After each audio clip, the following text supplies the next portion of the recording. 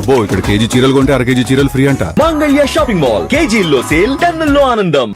ఆంధ్రప్రదేశ్లో అభివృద్ధి ఎవరిది, క్రెడిట్ ఎవరికి? రాష్ట్రంలో ఏ ప్రాజెక్ట్ వచ్చినా రిబ్బన్ కట్ చేసినా ఇప్పుడు ఇదే అంశంపై పొలిటికల్ వార్ పీక్స్కెళ్తోంది. భోగాపురం ఇంటర్నేషనల్ ఎయిర్పోర్ట్ విషయంలో వైఎస్ జగన్ కూటమి ప్రభుత్వం మధ్య మాటల తూటాలు పేలుతున్నాయి. ఎయిర్పోర్ట్ ని పరుగులు పెట్టించింది మేమే అని ఒక పక్షం అంటే, కాదు చేసిందంతా మేమే అంటూ వైరి పక్షం ఎదురు దాడికి దిగుతోంది. భోగాపురం క్రెడిట్ ఎవరిది అంటూ పెద్ద డేటాని షేర్ చేశారు వైఎస్ జగన్. తమ హయాంలోనే అంటే 2020లోనే జీఎంఆర్ తో ఒప్పందం జరిగిందని గుర్తు చేశారు.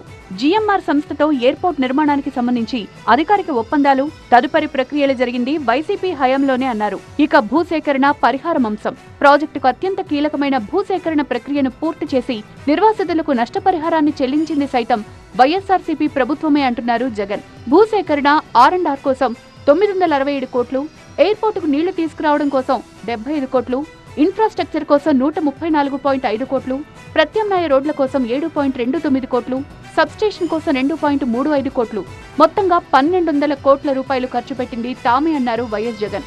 విమానాశ్రయానికి అవసరమైన విద్యుత్, తాగునీరు సరఫరా వ్యవస్థలు, అంతర్గత రోడ్ల నిర్మాణానికి పునాది వేసి పనులు పరుగులు పెట్టించింది తామే అని చెప్పుకొచ్చారు.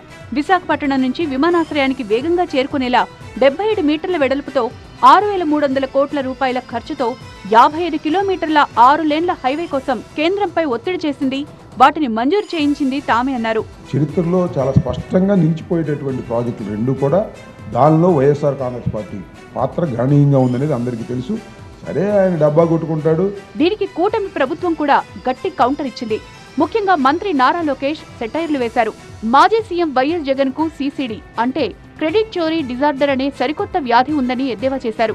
ఏ అభివృద్ధి జరగకపోయినా వేరే వాళ్లు లేదా గత ప్రభుత్వాలు కష్టపడి తెచ్చిన ప్రాజెక్టులకు కూడా తామే కారణమంటూ మైండ్ గేమ్ ఆడుతున్నారని మండిపడ్డారు. అసలు భోగాపురం ఎయిర్పోర్ట్ కు తొలిసారి ఆలోచన చేసి శంకుస్థాపన చేసి ల్యాండ్ పూలింగ్ ద్వారా వేగంగా అడుగులు వేసిందే గత తెలుగుదేశం ప్రభుత్వమని కూటమి నేతలు గుర్తు చేస్తున్నారు. మధ్యలో వచ్చిన వైసీపీ ప్రభుత్వం కేవలం కాలయాపన చేసిందని, ఇప్పుడు కూటమి ప్రభుత్వం వచ్చాక పనులు వేగవంతమై తుది దశకు చేరాయని చెప్తున్నారు. ఆ రోజు ఏం మాట్లాడారో ఒకరు ఒకసారి అర్థం చేసుకోవాలి. ఎర్ర బస్సు కూడా రాని భోగాపురానికి ఎయిర్పోర్ట్ ఎందుకు?